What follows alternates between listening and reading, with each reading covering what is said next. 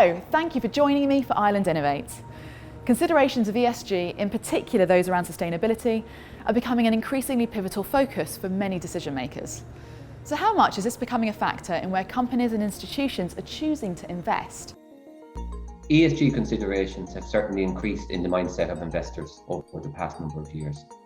In fact, companies are not just looking at their own performance and metrics, they are also looking at the investment locations in which they are proposing to invest in terms of the ambition and performance of those locations.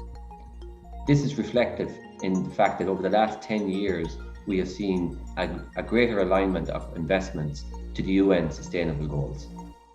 I think companies have a checklist of things that they look at when they want to make new investments or grow existing investments. So there's availability of talent, there is the cost of doing business there is the sort of regulatory environment, the political and societal environment as well. And I think ESG is just going to grow in terms of a component to that checklist. So are you able to build a new building in a sustainable way? Are you able to get clean energy in an easy way in that location? These are all going to be things that are important for the organizations from a cost perspective, but also from a reputational perspective.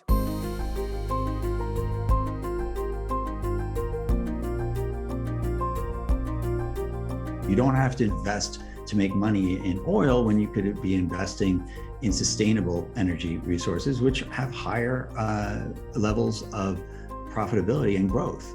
So we are faced with a false dichotomy of do you invest with ESG considerations in mind, or do you invest with just making money in mind? Actually, it's a false dichotomy. You can invest completely with great environmental policies, great sustainability policies, great governance policies, and make great returns. ESG is increasingly becoming a factor. Our survey of global executives found that 9 in 10 say environmental sustainability is important to their investment strategy, and 85% of those surveyed felt that Europe was perceived as a green leader, and that positively influenced their investment decisions. So effectively, that's a very critical factor and growing over time.